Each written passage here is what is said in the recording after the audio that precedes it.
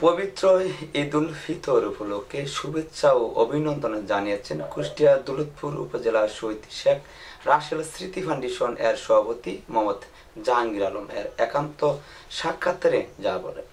আসসালামু আলাইকুম। আমি শহীদ শেখ রাসেল স্মৃতি ফাউন্ডেশন মুত্রাপুর ইউনিয়নের সভাপতি জনাব জাহাঙ্গীর আলম। আমি সকলকে জানাই ঈদুল ফিতর উপলক্ষে শুভেচ্ছা এবং অভিনন্দন। আমি সকলের মঙ্গল কামনা করি।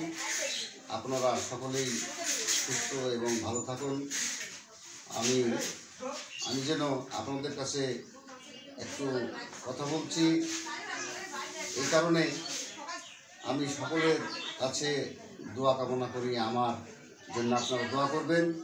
আমি যেন এই শহীদ শেখ রাসেল স্মৃতি ফাউন্ডেশনের সভাপতির দায়িত্ব পালন করতে পারি এবং আমি যেন প্রত্যেকটি বিষয়ে এবং রাজনৈতিক বিষয়ে এবং বঙ্গবন্ধুর সপরিবারের বিষয়ে আমি যাতে তাদের কাজগুলি করতে পারি, আমার জন্য আপনারা সকলেই দোয়া করবেন।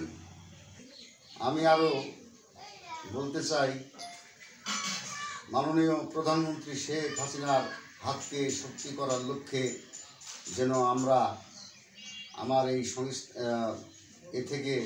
এই গ্রুপ থেকে শহীদ শেখ রাসেল স্মৃতি ফাউন্ডেশনের গ্রুপ থেকে আমি যেন স্মার্ট বাংলাদেশ গড়ার লক্ষ্যে আমি যেন সহযোগিতা করতে পারি এবং মাননীয় প্রধানমন্ত্রী শেখ হাসিনার হাতকে শক্তিশালী করতে পারি। আপনারা আমাকে সকলেই দোয়া করবেন এবং দৌলতপুর উপজেলাবাসী আমাকে সকলেই দোয়া করবেন। শেষ করছি। জয় বাংলা, জয় বঙ্গবন্ধু, জয় শেখ হাসিনা।